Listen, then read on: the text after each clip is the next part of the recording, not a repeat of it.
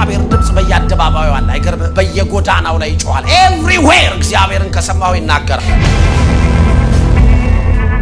እግዚአብሔርን መስማት የርጋታ የመረጋጋት ተረጋግቶ የመቀመጥ ተረጋግተ አንድ አይነትን ነገር ደጋግመህ እንድታረግ እድል ይሰጣል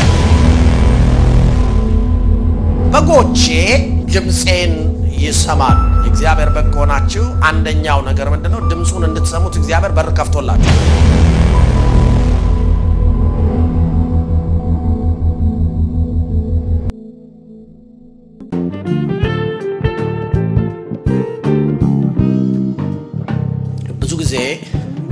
ብዙ ክርስቲያኖች ስትጠይቁ ኢቭን ብዙ አመት በጌታ ቤት የቆዩ የእግዚአብሔርን ድምጽ ሰምቼ አላቀም ይሏችሁ መኖር የምንችለው የእግዚአብሔርን ድምጽ መስማት ከቻለን ብቻ መኖር ማለት ኤግዚስት ማድረግ ስላልሆነ ስለያንዳንዱ የህይወታችሁ መሰረታዊ ነገሮች እግዚአብሔር ሊያወራችሁ ይፈልጋል እግዚአብሔር መናገር ይፈልጋል እግዚአብሔር ሲናገር እንዴት እንስማ መጽሐፍ ቅዱስ ደግሞ ምሳሌ ምዕራፍ 1 ቁጥር 33 ላይ የሚሰማኝ ግን በርጋታ ይቀመጣል የመጀመሪያው መስማት መረጋጋት ነው የሚያመጣው አንዳንድ ሰዎች እግዚአብሔር ነው የተናገረኝ ይሏቸዋል ሲቅበዘበዙ ታያል አየ መቅበዝበዝ የሰይጣን ባህሪ ነው እግዚአብሔር እረፉ እንጂ ያለው ተቅበዝበዙ አላል ጌታ ተናግሮኝ ነው ብሎ ካጣደፈሽ ካላገባውሽ ብሎ ጌታ አይደለም የተናገረው ስሜቱ ነው የሚያጣድፈው ስለዚህ ይዞሽ ገደል ከመግባቱ በፊት ንቂ ይልሻል ጌታ ምክንያቱም የሚያጣድፍ እግዚአብሔር የለም የሚሰማኝ ያለ እግዚአብሔር ይጣደፋል አላለ የሚሰማኝ በርጋታ ይቀመጣል ከመከራም ስጋት ያርፋል but whose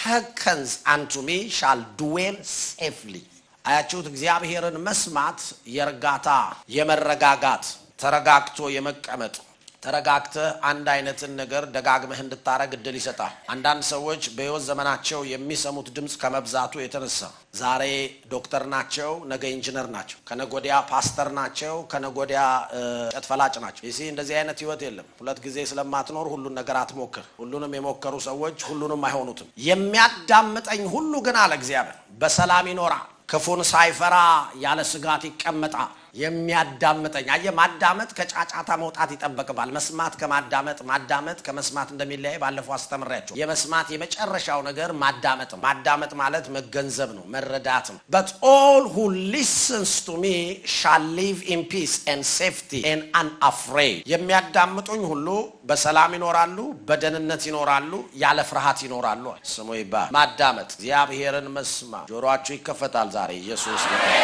የሚሰማይ ሲል እግዚአብሔር የሚያሰማ የመንደር ወሬ አይደለም የሚያሰማ ነገርና ተንኮል አይደለም የምትሰሙት ነገር ከእግዚአብሔር ጥበብ ስለሆነ ምሳሌ ምዕራፍ 1 ቁጥር 33 ቁጥር 20 ጀምሮ ስታነቡ ጥበብ በጎዳና ትጮሃለች ይላል በየአደባባዩ ትጣራለች የእግዚአብሔር ድምጽ በየአደባባዩ አለ አይገርም በየጎዳናው ላይ ይጮሃል ኤቭሪዌር እግዚአብሔርን ከሰማው ይናገራል ስሙ ይባል first pay attention to me the message bible and then relax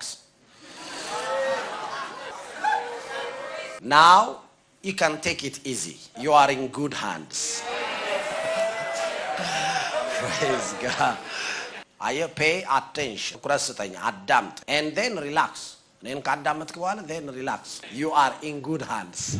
Nagaru already መልካም እጅ ላይ አርፏል ስለዚህ ፋይናሊ ላንተ ተሰርቶ ላንቺ ተሰርቶ ነገሩ ይመጣ የእግዚአብሔርን ድምጽ መስማት የሚጠቅመን ላለንበት ሁኔታ የእግዚአብሔርን አቋም ስለሚያሳውቀን ኮንፊደንስ እኮ ሰው የማይሰማው እግዚአብሔር በዚህ ጉዳይ ላይ ምን እንደሚያስብ ስለማያውቅ እረፍት እኮ ሰው የማይሰማው በዚህ ጉዳይ እግዚአብሔር ምን ያስባል የሚለውን እግዚአብሔር እኮ በዚህ ልክ ሲነግራችሁ ምን በዚህ ጉዳይ እኔ ማስበው እንደዚህ ነው ሲል በቃ ከዛ እረጋጋለሁ ነው የምትለው አንተ ካልክማ አያችሁ ልቤ ሰምቶሃል ቃልን ጌታ እግዚአብሔር ማንንም ሰው በተለይ ደግሞ ልጆቹ የሆኑ ድምጹን ይሰሙ ዘንድ አያስገድድም it's a free will መስማት ከፈለክ ትሰማለህ ካልፈለክ የሰማውን ሄደ ሰምተህ ሄደ ከዛ ግን don't complain ድምጹን መስማት ብቻ አይደለም ጌታን እንድትቀበሉ አያስገድድም ጌታን እንድትቀበሉ ያላስገደዳችሁ ጌታ ድምጹን እንድትሰሙ አያስገድድም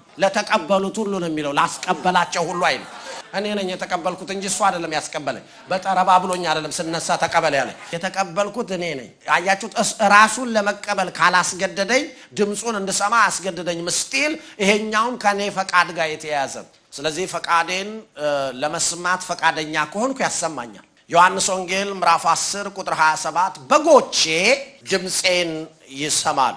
ፕሬዝ ጋድ። የበግ የመጨረሻው ባህሪዋ ባይዘወይ ማዳመጥ መቻሏ ነው። ምክንያቱም በግ አብዛኛውን ነገር ራሷን መከላከል አትችልም። የበግ የመጨረሻው ሴኩሪቲው ለምን መነሰለ ማዳመጡ የእረኛው ድምጽ ነው። ለዚህ እኮ ነው ዳዊት ሲጸልይ በመዝሙሩ ላይ በትርህና ምርኩዜ ያለ ጦሬና ቀስቴ ጠብቀኛል አላለም። በትርህና ምርኩዝ። ምክንያቱም የበግ ሴፍቲ የእረኛው ዱላ። የእግዚአብሔር በግ ሆናችሁ አንደኛው ነገር ምንድነው? ድምጹን እንድትሰሙት እግዚአብሔር በር ከፍቶላችኋል። አያችሁ፣ ድምጹን አለመስማት ማለት it cost you a lot. I'm telling you እግዚአብሔርን አለመስማት አብዛኛውን የህይወትህን ዘመን መከራ ነው የሚያደርገው። አየ ብዙ ሰዎች እግዚአብሔርን መስማት ቢፈልጉ ችግር ውስጥ ከገቡ በኋላ እግዚአብሔርን መስማት ግን ከችግር በፊት ይሻላል። ጠረጴዛው ተሰብሮ ከምትጠግነው ከመሰበሩ በፊት ብትጠብቀው አይሻልም?